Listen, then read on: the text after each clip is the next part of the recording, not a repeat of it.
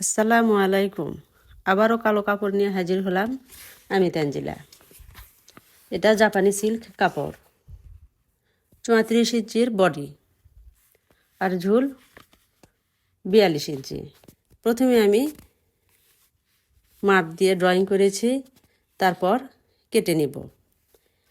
Silk কাপড় কাটা খুবই কষ্ট, তাই আমি যাতে নড়াচড়া না করে আমি গ্লাস দিয়েছি, মগ দিয়েছি, অন্য কিছু দিলেও চলবে। কাপড়টা সেলাই করা খুবই কঠিন, পারলে আবার সহজও। আমার কামিজ মোটামুটি হয়ে গেছে। এর মূল যে সমস্যা সেটা হলো সুতায় টান ধরে। তারপরে আরেকটা যে সমস্যা কামিজের ক্ষেত্রে সেটা হলো সাইড সেলাই। আমি সাইড সেলাইটা মেশিনে দিব না, হাত দিয়ে দিয়ে দিব, সুই দিয়ে। গলা সেলাই যেরকম করে সুই দিয়ে তুরপাই করে, সেই তুরপাই ভাবে করে দিব। আমি প্রথমে দেখতে পাচ্ছেন এক পর্দা করে কাপড়টা সেলাই করে নিলাম, তারপর আমি তুরপাই করব। আমার কামিজটা হয়ে গেছে। আমি কি করব, আগে সাইডের যে ওভারলক সেটা আমি সুই দিয়ে করে দিব। এর আগের ভিডিওতে দেখিয়েছি কিভাবে ওভারলক করা হয় আর কেন করা হয়। এই যে দেখতে পাচ্ছেন, আর সুতা ওঠার কোনো ভয় থাকবে না। তো আমার ওভারলক করা হয়ে গেছে। আমি কামিজের যে সাইড সেলাইটা আমি এই যে দেখতে পাচ্ছেন সুই দিয়ে পেঁচিয়ে পেঁচিয়ে গলার যে সেলাইটা করে ঠিক এইভাবে দিয়ে দিব।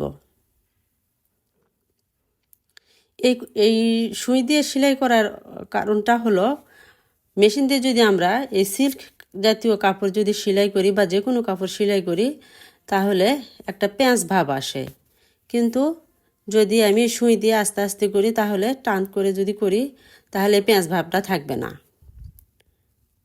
এটাও কিন্তু একটা ডিজাইনের আওতায় পড়ে। সমস্যা সমাধান করাটাই ডিজাইন। আর এক সময় কামিজের সাইডে সুই দিয়েই কিন্তু এরকমভাবে সেলাই করতো। এটা দুইজনে মিলে ধরে যদি করা হয় বা টান দিয়ে একজনে ধরে থাকবে বা কিছু ভাড়া দিয়ে যদি রাখা হয় তাহলে বেশি ভালো। এটা হচ্ছে খুব সহজে করা যাবে সেটা কিন্তু না, তবে মেশিন দিয়ে করার চেয়ে এটা করলে সেলাইয়ের ফিনিশিং ভালো থাকে। আর সাইটের যে কামিজের যে সাইটের যে জোড়ার ওখানে যে ফাড়া অংশ, সেই অংশে হ্যাঁ এখান থেকে এই পর্যন্ত মেশিন দিয়ে যদি সেলাই করে রাখা হয় তাহলে ছিঁড়ার ভয় থাকবে না।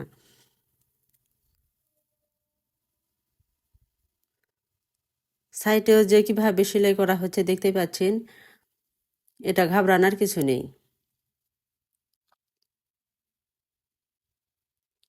তারপর আবারও যে ওভারলকের মতো যে করে সেলাই করা সেটা আবারও মিলিয়ে করতে হবে। এটা আমি হাতার সাইড দিয়ে চারিপাশ দিয়ে করেছি আর কামিজের দুই সাইডে করেছি।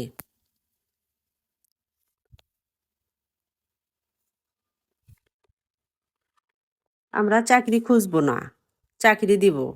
তরুণদের এটাই হোক স্লোগান। শিক্ষা সমাপনের পর চাকরির জন্য এখানে সেখানে লোকজনের ধরা শিক্ষিত তরুণদের জন্য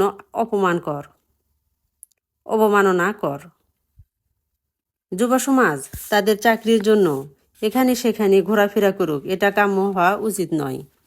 অন্যের উপর নির্ভর করার পরিবর্তে আমাদের যুব সমাজ স্ব-উদ্যোক্তায় পরিণত হোক, নিজের পায়ে দাঁড়াক এবং অন্যের কর্মসংস্থানের সুযোগ সৃষ্টি করুক, এটাই কিন্তু কাম্য হওয়া উচিত। সিল্ক কাপড়, তার সাথে আমি সিল্ক রিবনটা ব্যবহার করছি। যে যে কোয়ালিটির কাপড় সে সেই কোয়ালিটি কাজ করা উচিত। আমি তামা কালার বা এটাকে যদি চকলেট কালার বলা হয় ভুল হবে না, আমি 2 লেয়ারে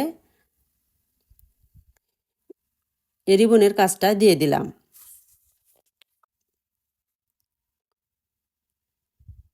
সিল্ক রিবন আর সিল্ক কাপড় তাতে মানাবে ভালো, দেখতেও সুন্দর লাগবে। যদি এখানে আমি সুতি লেস ব্যবহার করতাম তাহলে ভালো লাগতো না। যে দেখুন কত সুন্দর হয়েছে।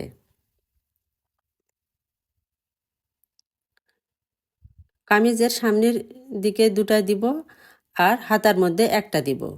গলায় ব্যবহার করব না। গলায় দিতে পারলে ভালো হতো, কিন্তু আমি দিব না।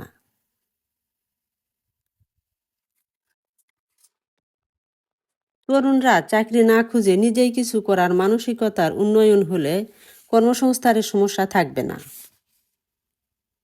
উদ্যোক্তাদের সংখ্যা যত বৃদ্ধি পাবে, কর্মসংস্থান তত বেশি সুযোগ সৃষ্টি করবে। আমার কামিজ হয়ে গেল।